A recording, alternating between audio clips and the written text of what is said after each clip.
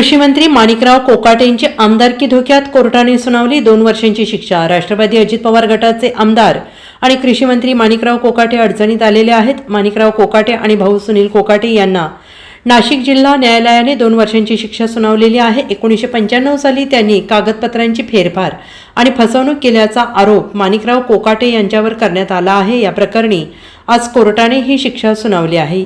मिळालेल्या माहितीनुसार कृषी मंत्री माणिकराव कोकाटे आणि त्यांचे भाऊ सुनील कोकाटे यांना नाशिक जिल्हा न्यायालयाने 2 वर्षांची शिक्षा सुनावलेली आहे। त्यांच्या विरोधात माजी मंत्री तुकाराम दिघोळे यांनी याचिका दाखल केली होती। त्यात त्यांनी माणिकराव कोकाटे यांच्यावर 1995 साली कागदपत्रांची फेरफार आणि फसवणूक केल्याचा आरोप केला होता। या आरोपानुसार भादवी 420, 465, 471, 47 अन्वये गुन्हा दाखल करण्यात आला होता आणि या प्रकरणी नाशिक जिल्हा न्यायालयात सुनावणी पार पडलेली आहे। या सुनावणीत माणिकराव कोकाटे आणि त्यांचे भाऊ सुनील कोकाटे यांना 2 वर्षांचा कारावास आणि 50,000 रुपये दंड अशी शिक्षा सुनावण्यात आलेली आहे आणि या प्रकारामुळे माणिकराव कोकाटे यांची आमदारकी धोक्यात येऊ शकते असंही बोललं जात आहे।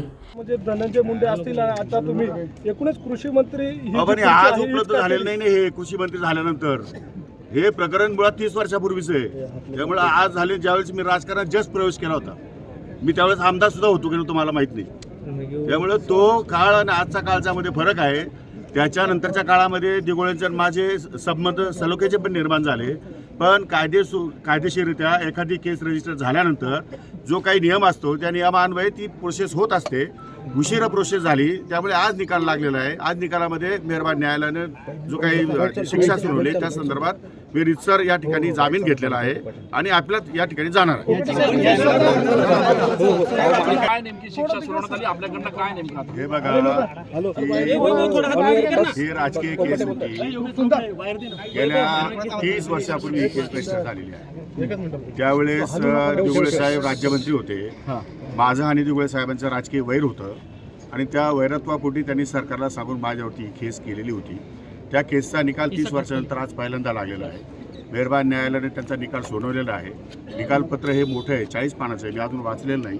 वाचून त्या संदर्भात मी आपल्याला व्यवस्थितपणे मार्गदर्शन करेन आपल्याकडनं आणि त्यासाठी मी अपील या ठिकाणी करण्याचा निर्णय घेतलेला आहे। आपल्याकडनं जामिनासाठी काही या ठिकाणी जामीन नियमाने कायद्यानुसार जे काही करता येईल ते सगळं केलेलं आहे। साहेब, पण जे सरकारी पक्ष त्यांचं असं म्हणणं होतं की आपण उत्पन्न कमी दाखवलं आणि सरकारचे सदनिका ह्या लाटल्या आणि जे 4 फ्लॅट घेतलेले होते त्यापैकी 4ची आपण आणि आपल्या भावाने त्या संदर्भात मी अजून जजमेंट वाचलेलं नाही। सरकार वकिलांचं काय म्हणणं हे मला माहिती नाही।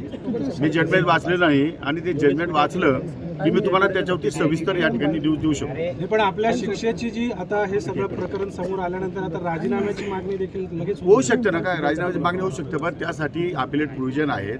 राजकीय दृष्ट्या देशामध्ये अशा प्रकारचे अनेक निकाल झालेले आहेत आणि त्या दृष्टिकोनातून मी अपिलामध्ये जाणार आहे, हायकोर्टामध्ये जाणार आहे। त्यामुळे न्याय मागण्याचा अधिकार, जसा न्यायालयाला निकाल सुनावण्याचा अधिकार आहे तसा न्याय मागण्याचा अधिकार मला पण एक नागरिक बनून, त्यामुळे मी वरच्या कोर्टामध्ये न्याय मागणार। गेल्या काही वर्षांपासून bureau report SBN Marathi, Pune.